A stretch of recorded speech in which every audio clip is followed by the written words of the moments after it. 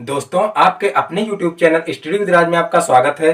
दोस्तों, आज के इस वीडियो में मैं आप लोगों को इकाई 3 प्राकृतिक पूर्ण पूर्णांक तथा परमेय संख्याओं की अवधारणा तथा इकाई 4 पूर्ण संख्याओं पर संक्रियाएं दोनों इकाइयों का निचोड़ आप लोगों को बताऊंगा और साथ ही इकाई 4 पर आधारित जो एक्सरसाइज है उसको भी हल कराऊंगा। तो इसके लिए मेरे वीडियो पर इन तक बने रहिए और यदि वीडियो पसंद आए तो वीडियो को लाइक करें और ये चैनल पर नए हैं तो चैनल को सब्सक्राइब करें। और एक खास बात आप लोगों को बताना चाहूंगा कि जो लोग अभी तक मेरे इससे पहले वाले वीडियो ना देखे हों तो बीटीसी सेकंड सेमेस्टर मैथ की प्लेलिस्ट का लिंक डिस्क्रिप्शन में दिया गया है, तो वह लोग मेरा वीडियो वहां से देख सकते हैं। तो चलिए आज का वीडियो शुरू करते हैं। देखिए यहाँ पर इकाई 3 है प्राकृतिक पूर्ण पूर्णांक तथा परिमेय संख्याओं की अवधारणा और इकाई 4 है पूर्ण संख्याओं पर संक्रियाएं।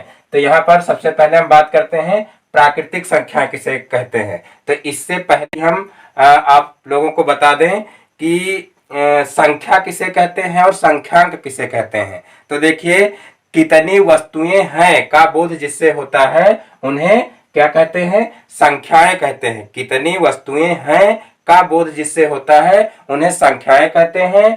और इन संख्याओं को जिन संकेतों द्वारा व्यक्त किया जाता है उसे संख्यांक कहते हैं। देखिए, संख्याएं किसे कहते हैं?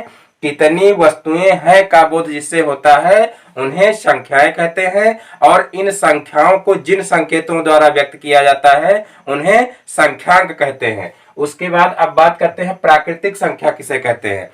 तो देखिए, प्राकृतिक संख्याएं कौन सी हैं? तो गिनने में प्रयुक्त होने वाली संख्याएं प्राकृतिक संख्याएं कहलाती हैं। यानी कि गिनने में कौन सी संख्या प्रयुक्त होती हैं? जैसे 1 है, 2 है, 3 है, 4 है, डॉट डॉट डॉट आगे तक। यानी कि इन संख्याओं का हम गिनने में प्रयोग करते हैं। कोई संख्या अगर गिननी है तो हम जीरो नहीं कहेंगे। यानी कि जब कोई वस्तु नहीं होगी तो उसी को जीरो कहा जा सकता है। यानी कि संख्या जब होगी तो उसको जीरो नहीं कहा जा सकता है। तो यानी कि जो संख्याएं गिनने में प्रयोग की जाती हैं वही प्राकृतिक संख्याएं कहलाती हैं। यानी कि जीरो जो है वो प्राकृतिक संख्या नहीं है। देखिए, यहाँ पर प्राकृतिक संख्याओं को किससे प्रदर्शित करते हैं? तो देखिए, प्राकृतिक संख्याओं को n से प्रदर्शित करते हैं। n से क्यों प्रदर्शित करते हैं? क्योंकि अंग्रेजी में प्राकृतिक संख्याओं को नेचुरल नंबर कहते हैं, तो इसीलिए इनको n से प्रदर्शित करते हैं। देखिए, n बराबर हो जाएगा, प्राकृतिक संख्या कौन सी होती हैं? 1 2 3 4 डॉट डॉट डॉट, ये होती हैं प्राकृतिक संख्याएं यानी कि नेचुरल नंबर। अब बात करते हैं कि पूर्ण संख्याएं कौन सी होती हैं। तो देखिए, जब प्राकृतिक संख्याओं में जीरो को शामिल कर लिया जाता है तो वह पूर्ण संख्याएं कहलाती हैं। जब इन प्राकृतिक संख्याओं में जीरो को शामिल कर लिया जाता है तो वह पूर्ण संख्याएं हो जाती हैं। यही इसकी परिभाषा भी हमको लिखनी है। यानी कि अगर पूर्ण संख्याओं की परिभाषा आ जाए तो हम क्या लिखेंगे? जब प्राकृतिक संख्याओं में जीरो को सम्मिलित कर लिया जाता है तो वह संख्याएं क्या कहलाती हैं? पूर्ण संख्याएं कहलाती हैं। और पूर्ण संख्याओं को हम W से प्रदर्शित करते हैं। देखिए, W से क्यों प्रदर्शित करते हैं? क्योंकि पूर्ण संख्याओं को इंग्लिश में होल नंबर कहते हैं और होल नंबर का जो पहला अक्षर है वो है W, इसीलिए इसको W से प्रदर्शित करते हैं। और जो है ये 0 से लेकर के अनंत तक होती हैं। इस तरीके से इसको लिखा जा सकता है। नेचुरल नंबर 1 से लेकर के अनंत तक, और होल नंबर जो होते हैं यानी कि जो पूर्ण संख्याएं होती हैं वो 0 से लेकर के अनंत तक होती हैं। अब बात करते हैं पूर्णांक। तो देखिए, पूर्णांक किसे कहते हैं? तो पूर्णांक देखिए, सभी होल नंबर यानी कि जो पूर्ण संख्याएं होती हैं, सभी पूर्ण संख्याएं और सभी ऋणात्मक संख्याएं क्या कहलाती हैं? पूर्णांक कहलाती हैं। पुनः एक बार सुन लीजिए, सभी पूर्ण संख्याएं और ऋणात्मक संख्याएं पूर्णांक कहलाती हैं। सभी पूर्ण संख्याएं तथा ऋणात्मक संख्याएं क्या कहलाती हैं? पूर्णांक कहलाती हैं। तो देखिए, इसको हम प्रदर्शित करते हैं कैपिटल I से। कैपिटल I से क्यों प्रदर्शित करते हैं? क्योंकि इसको जो है पूर्णांक को अंग्रेजी में इंटीगर्स बोलते हैं, तो इसीलिए इंटीगर्स का जो पहला अक्षर होता है वो I होता है, इसीलिए इसको I से प्रदर्शित करते हैं। तो देखिए, जो है ये कौन से इसमें संख्या आ जाएंगी?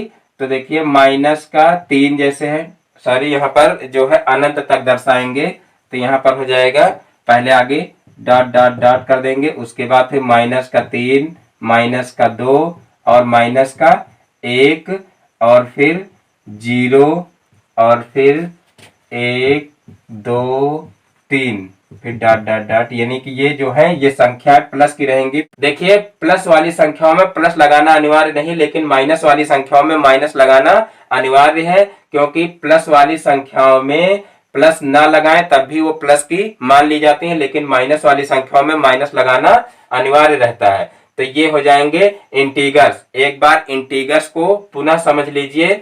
देखिए सभी पूर्ण संख्याएं और ऋणात्मक संख्याएं क्या कहलाती हैं? पूर्णांक कहलाती हैं। सभी पूर्ण संख्याएं और ऋणात्मक संख्याएं क्या कहलाती हैं? पूर्णांक कहलाती हैं। देखिए पूर्ण संख्याएं ये हैं, तो 0 से लेकर के अनंत तक जो हो गई वो पूर्ण संख्याएं हो गई, और फिर सभी ऋणात्मक संख्याएं क्या कहलाती हैं? इंटीगर्स यानी कि पूर्णांक कहलाती हैं। ये इसकी परिभाषा हो जाएगी। अगर इंटीगर्स की परिभाषा यानी कि पूर्णांक की परिभाषा लिखने को आए तो यही आपको लिखना है कि सभी पूर्ण संख्याएं और सभी ऋणात्मक संख्याएं क्या कहलाती हैं? इंटीगर्स कहलाती हैं या पूर्णांक कहलाती हैं। अब देखिए पूर्ण संख्याएं और पूर्णांक संख्याएं दोनों में जो है बहुत थोड़ा सा अंतर है, और इसीलिए स्टूडेंट इसमें जो है कंफ्यूज हो जाते हैं और पूर्ण संख्याएं और पूर्णांक संख्याओं को एक ही समझ लेते हैं, जबकि दोनों में बहुत अंतर है। क्योंकि यहाँ पर जो पूर्ण संख्याएं हैं वो 0 से लेकर के अनंत तक होती हैं। पूर्ण संख्याएं जो हैं वो 0 से लेकर के अनंत तक होती हैं, यानी कि सभी जो प्लस वाली संख्याएं हैं वही सिर्फ होल नंबर यानी कि पूर्ण संख्याओं में आती हैं, और 0 भी सम्मिलित रहता है उसमें। लेकिन जो इंटीगर्स होता है, जो पूर्णांक होता है, उसमें सभी ऋणात्मक और धनात्मक संख्याएं भी आती हैं और 0 भी आता है। तो ये आप लोग विशेष रूप से ध्यान रखना। और यहाँ पर जो है, यहाँ पर नेचुरल नंबर और होल नंबर में सिर्फ इतना सा अंतर है कि देखिए इसमें 0 नहीं सम्मिलित रहता है। जो नेचुरल नंबर है जो उसमें जो है 0 सम्मिलित नहीं रहता है, और जो होल नंबर है उसमें 0 सम्मिलित रहता है। यानी कि जब नेचुरल नंबर में 0 को भी सम्मिलित कर लिया जाता है तो वो होल नंबर यानी कि पूर्ण संख्याएं बन जाती हैं। अब इस पर 2 क्वेश्चन बनते हैं जो परीक्षाओं में बहुत ज्यादा पूछे जाते हैं, तो यहीं पर वो समझ लीजिए। यहाँ पर पूछा जाता है कि सबसे छोटी प्राकृतिक संख्या कौन सी होती है?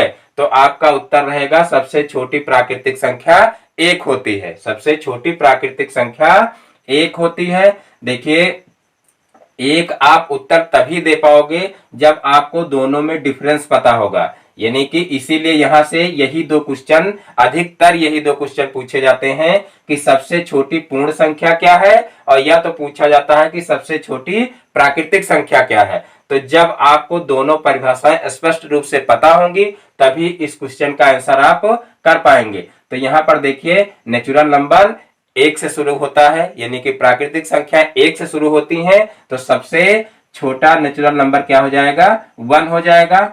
अब ये बात आप लोगों की समझ में आ गई होगी। पूर्ण संख्या, सारी पूर्णांक संख्याएं भी आप लोगों की समझ में आ गई कि सभी ऋणात्मक संख्याएं और पूर्ण संख्याएं मिला करके क्या बनता है? इंटीगर्स। यानी कि इंटीगर्स की परिभाषा क्या हो जाएगी? सभी पूर्ण संख्याएं तथा ऋणात्मक संख्याएं क्या कहलाती हैं? इंटीगर्स कहलाती हैं।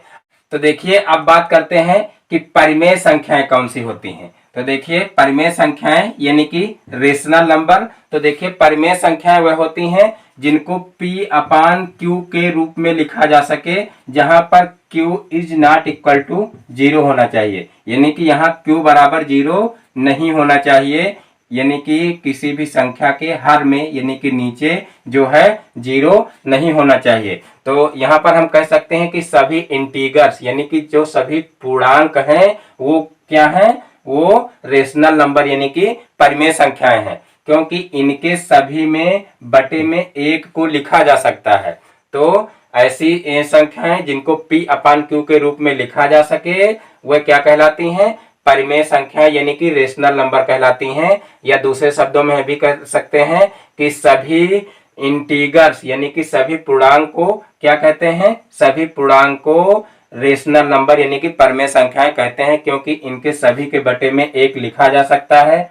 और देखिए दूसरे शब्दों में हम कह सकते हैं कि वह संख्याएं जिनको दशमलव में परिवर्तित करने पर उनके दशमलव भाग में किसी अंक या अंक समूह की आवृत्ति हो तो वह क्या कहलाती हैं? परिमेय संख्याएं कहलाती हैं। और इसी के विपरीत हम कह सकते हैं कि ऐसी संख्याएं जिनको दशमलव में परिवर्तित करने पर उनके दशमलव भाग में जो है किसी अंक या अंक समूह की आवृत्ति ना हो, उन्हें जो है अपरिमेय संख्याएं कहते हैं। एग्जाम्पल के तौर पे देख लेते हैं। जैसे मान लीजिए 11/3 लिखा हुआ है, 11/3 लिखा हुआ है, और इसको अगर हम भाग करेंगे तो देखिए क्या आएगा।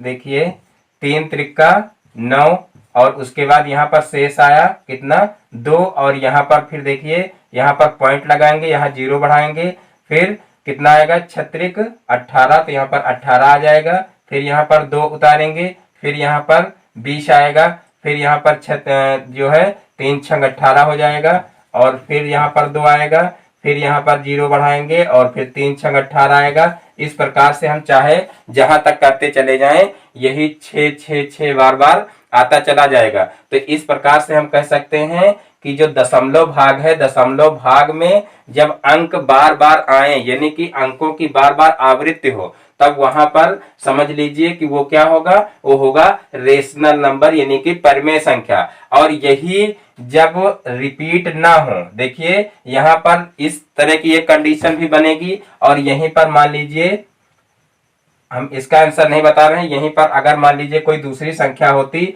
और दशमलव के बाद मान लीजिए 2 3 4, और फिर यहाँ पर 2 से शुरू हो जाता, 2 3 4, इसी तरीके से रिपीट होता चला जाता, फिर 2 3 4, यानी कि जो है भागफल जो है भाग कटे भी ना पूरा, और इस तरीके से अंक बार बार रिपीट होते रहे, यानी कि अंकों की या अंक समूहों की बार बार आवृत्ति होती रहे, तो समझ लीजिए कि वो परिमेय संख्या है। और अगर आवृत्ति ना हो, यानी कि जब भाग पूरा पूरा कटे भी ना, और यहाँ पर 1 2 3 4 5 या 6 या 7 कुछ भी इस तरीके से आता चला जाए, और जो है किसी भी अंक की बार बार आवृत्ति ना हो, यानी कि बार बार वो अंक ना आए, तो समझ लीजिए कि वो क्या है?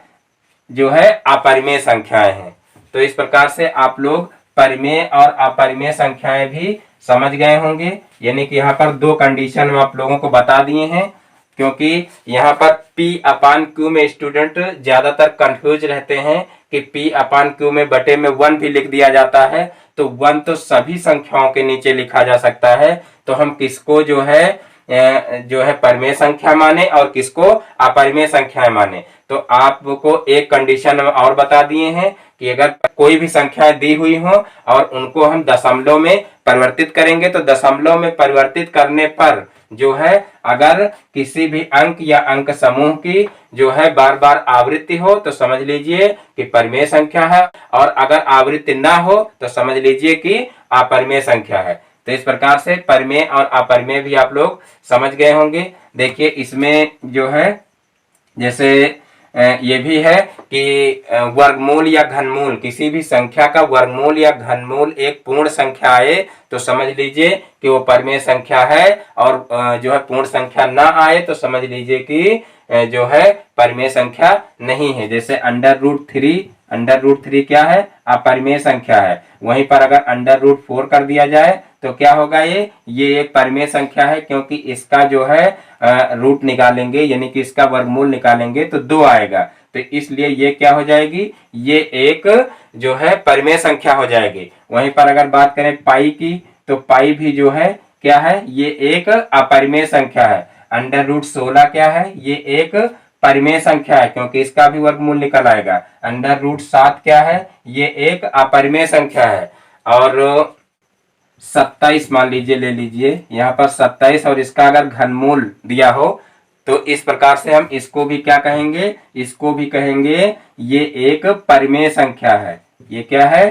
परिमेय संख्या है, क्योंकि इसका घनमूल जो है निकल आएगा। 3 त्रिका 9 और 9 त्रिक 27, यानी कि 27 का घनमूल क्या निकलेगा? 3 निकलेगा।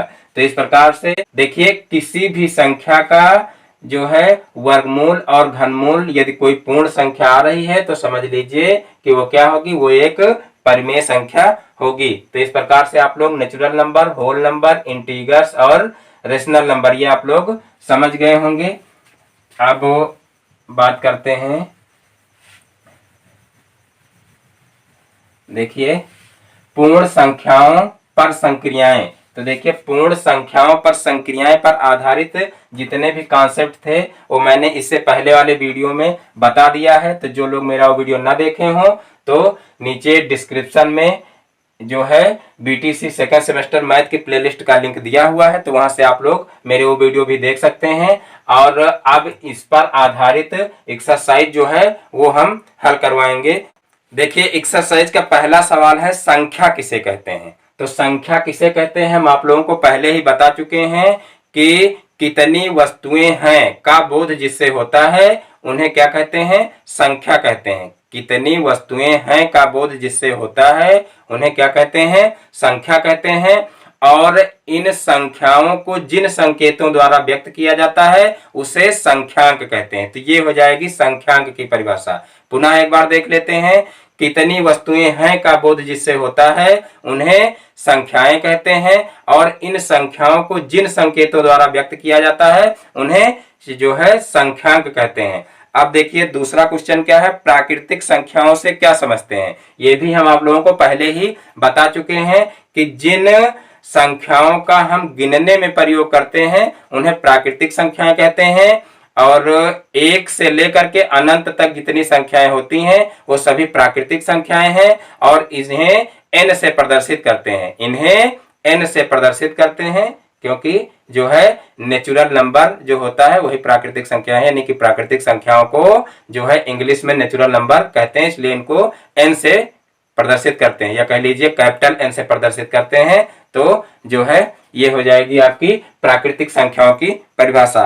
फिर देखिए अगला क्वेश्चन है, सबसे छोटी प्राकृतिक संख्या कौन सी है। तो ये भी आप लोगों को हम पहले ही क्वेश्चन बता चुके हैं, यानी कि सारे क्वेश्चन लगभग हम आप लोगों को मौखिक ही पहले ही बता दिए हैं, क्योंकि ये पूरा जो है दोनों इकाइयों का मैंने सार पहले ही बता दिया है, पूरा निचोड़ आप लोगों को। तो क्या है कि सबसे छोटी प्राकृतिक संख्या कौन सी है। देखिए कई सत्र में क्वेश्चन आया हुआ है और जो है बहुत ही इंपॉर्टेंट क्वेश्चन है, और पहले भी आप लोगों को बताए हैं कि सबसे छोटी प्राकृतिक संख्या और सबसे छोटी पूर्ण संख्या, ये दोनों क्वेश्चन बहुत ज्यादा पूछे जाते हैं, 1 नंबर में पूछे जाते हैं और बहुत ज्यादा पूछे जाते हैं, क्योंकि इन दोनों की अगर आपको परिभाषा पता होगी तभी इसका आप सही जवाब दे पाओगे। तो देखिए सबसे छोटी प्राकृतिक संख्या 1 होती है, क्योंकि प्राकृतिक संख्या 1 से शुरू होती हैं, इसलिए सबसे छोटी प्राकृतिक संख्या जो होती है वो क्या होती है, 1 होती है।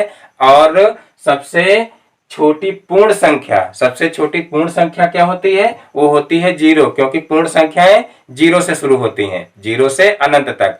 अब बात आती है कि सबसे बड़ी पूर्ण संख्या कौन सी है या सबसे बड़ी प्राकृतिक संख्या कौन सी है, ये भी जानना जरूरी है। तो देखिए सबसे बड़ी और सबसे जो है सबसे बड़ी प्राकृतिक संख्या और सबसे बड़ी पूर्ण संख्या कोई नहीं होती है, क्योंकि ये दोनों अनंत तक होती हैं, 0 से लेकर के अनंत तक पूर्ण संख्याएं होती हैं, और प्राकृतिक संख्याएं 1 से लेकर के अनंत तक होती हैं, इसलिए कोई भी बड़ी संख्या नहीं होती है। नहीं, यानी कि ना तो प्राकृतिक संख्या सबसे बड़ी होती है और ना तो पूर्ण संख्या सबसे बड़ी होती है, और सबसे छोटी प्राकृतिक संख्या कितनी होती है, 1 होती है, और सबसे छोटी पूर्ण संख्या 0 होती है। क्लियर हो गया। अब आगे क्वेश्चन है, ऋण पूर्णांक संख्या कौन सी होती है। ऋण पूर्णांक संख्या कौन सी होती है। तो देखिए पूर्णांक आप लोगों को बता चुके हैं, पूर्णांक कौन सी संख्याएं होती हैं, 0 से लेकर के अनंत तक, यानी कि सभी पूर्ण संख्याएं और ऋणात्मक संख्याएं कहलाती हैं। अब यहाँ पर पूछा गया है कि ऋण पूर्णांक संख्याएं कौन सी होती हैं। तो देखिए ऋण पूर्णांक संख्याएं कौन सी होती हैं, तो 1, 2, 3, 4 इस तरीके से डॉट डॉट डॉट, यानी कि माइनस में अगर संख्याएं दी हुई हो तो वह क्या है, वह ऋण पूर्णांक है। ये जो है माइनस में दी हुई हो तो क्या है, ये ऋण पूर्णांक है, और अगर प्लस में दी हुई हो तो वह क्या है, जो है वो धन पूर्णांक है। इस तरीके से जो है ये क्या है, ये धन पूर्णांक है। जो ऋण पूर्णांक है उनको कैपिटल I के ऊपर माइनस से प्रदर्शित करते हैं, और जो धन पूर्णांक है उनको जो है आई के ऊपर प्लस से प्रदर्शित करते हैं। तो देखिए ये धन पूर्णांक हो जाएंगे और ये ऋण पूर्णांक हो जाएंगे। अब बात करते हैं जीरो। देखिए यहाँ पर धन पूर्णांक हो गया, ऋण पूर्णांक हो गया, तो जीरो कहाँ गया? तो देखिए जीरो ना तो धन पूर्णांक है और ना तो ऋण पूर्णांक है। ये भी एक क्वेश्चन जो है परीक्षा में पूछा जाता है कि जीरो क्या है। उसमें ऑप्शन में ये सब ऑप्शन दिए रहते हैं कि धन पूर्णांक है कि ऋण पूर्णांक है, क्या है। तो यहाँ पर आपको देखिए पता होना चाहिए कि जो जीरो है वो ना तो धन पूर्णांक होता है और ना तो ऋण पूर्णांक होता है। उसमें एक ऑप्शन ये भी दिया होता है कि ना तो ऋण पूर्णांक है और ना तो धन पूर्णांक है, और नीचे एक ऑप्शन और दिया रहता है कि इनमें से कोई नहीं। तो ये आप लोग विशेष ध्यान रखना, क्योंकि जो जीरो होता है वो ना तो धन पूर्णांक होता है और ना तो ऋण पूर्णांक होता है।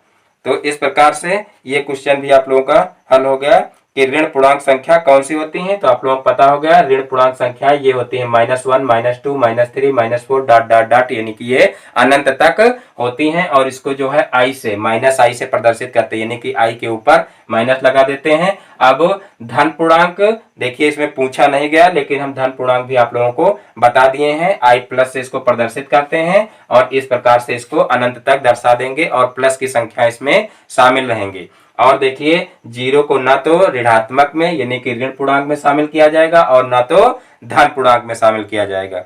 फिर देखिए अगला क्वेश्चन है कि परिमेय संख्याएं किसे कहते हैं। तो देखिए परिमेय संख्या किसे कहते हैं, बहुत अच्छे से अभी हम आप लोगों को बता चुके हैं और दो कंडीशन आप लोगों को बताए हैं कि ऐसी संख्या जिनको P/Q के रूप में प्रदर्शित किया जा सके उन्हें परिमेय संख्याएं कहते हैं। या दूसरे शब्दों में बताए थे कि ऐसी संख्याएं जिनको दशमलव में प्रदर्शित करने पर दशमलव भाग के अंक या अंक समूह की बार बार आवृत्ति हो, अंक या अंक समूह की बार बार आवृत्ति हो, तो वह क्या कहलाती हैं? वह परिमेय संख्याएं कहलाती हैं।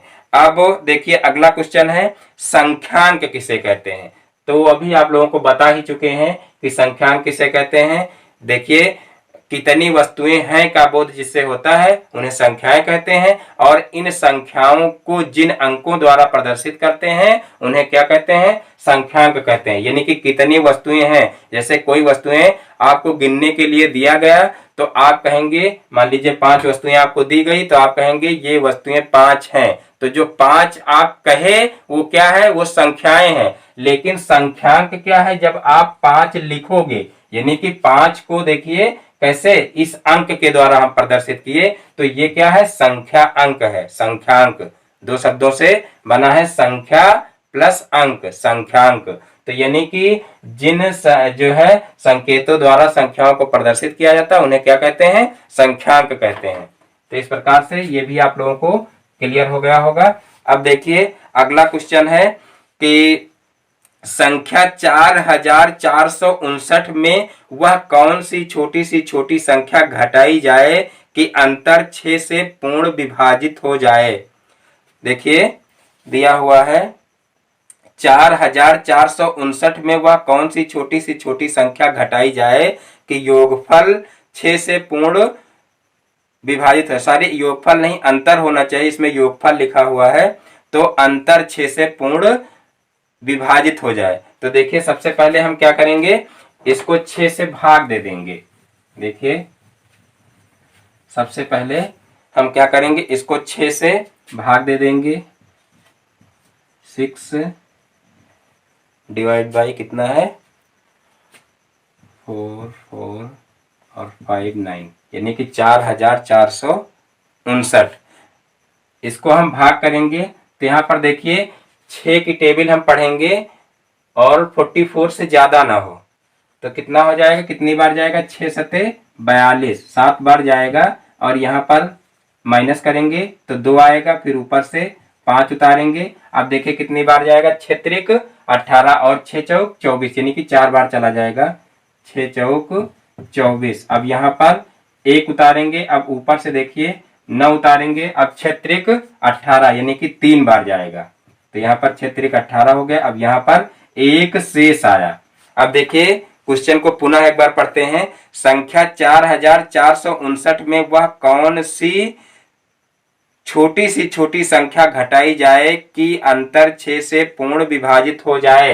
तो देखिए ये यहाँ पर शेष बच रहा है, ध्यान से देखिएगा, यहाँ पर 1 जो है शेष बच रहा, अगर ये शेष ना बचता तो ये संख्या पूरी पूरी कट जाती, यानी कि अगर ये शेष न बचता तो ये संख्या पूरी पूरी कट जाती। तो हम कह सकते हैं कि इसमें से अगर 1 को घटा दिया जाए तो संख्या क्या होगी, पूरी पूरी 6 से विभाजित हो जाएगी, और यही क्वेश्चन में पूछा भी गया है। तो संख्या कौन सी हो जाएगी, वो संख्या 1 हो जाएगी। नीचे हम लैंग्वेज में लिख सकते हैं कि 6 से इतने को भाग करने पर 1 शेष बच रहा है, अतः जो है 4459 में से 1 को घटाने पर संख्या पूर्ण विभाजित हो जाएगी, या संख्या 6 से पूर्ण विभाजित हो जाएगी। और हमारा आंसर क्या आएगा, 1। यानी कि पूछा गया है कि कौन सी संख्या घटाई जाए, तो कौन सी संख्या घटाएंगे, हम 1 को घटाएंगे, तो हमारा आंसर क्या आएगा, 1 आएगा।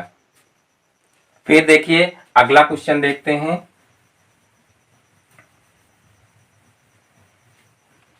देखिए अगला क्वेश्चन है, पूर्ण संख्याएं किसे कहते हैं, पूर्ण संख्याएं किसे कहते हैं। तो देखिए अभी आप लोगों को पहले ही हम बता चुके हैं, यानी कि परिभाषाएं जितनी हैं वो लगभग आप लोगों को हम पहले ही सारी परिभाषाएं बता चुके हैं। तो पूर्ण संख्याएं किसे कहते हैं, तो सिंपल सी परिभाषा है कि जब प्राकृतिक संख्याओं में 0 को सम्मिलित कर लिया जाता है तो वह क्या हो जाती हैं, वह पूर्ण संख्या हो जाती हैं। जब प्राकृतिक संख्याओं में 0 को सम्मिलित कर लिया जाता है तो वह क्या हो जाते हैं, पूर्ण संख्या हो जाते हैं। तो ये हो जाएगी पूर्ण संख्याओं की परिभाषा। अब अगला क्वेश्चन है, सबसे छोटी पूर्ण संख्या लिखिए। ये भी क्वेश्चन अभी आप लोगों को हम बता चुके हैं कि सबसे छोटी पूर्ण संख्या कौन सी होती है, 0 होती है, क्योंकि पूर्ण संख्याएं 0 से शुरू होती हैं और प्राकृतिक संख्याएं 1 से शुरू होती हैं। दोस्तों आज के वीडियो में बस इतना ही। दोस्तों यदि हमारा ये वीडियो पसंद आया हो तो वीडियो को लाइक करें, और ये चैनल पे नए हैं तो चैनल को सब्सक्राइब करें और बेल आइकन को प्रेस कर लें, जिससे हमारे आगे आने वाले वीडियो का नोटिफिकेशन आपके मोबाइल पर सबसे पहले पहुंचे। नमस्कार दोस्तों, जय हिंद, जय भारत।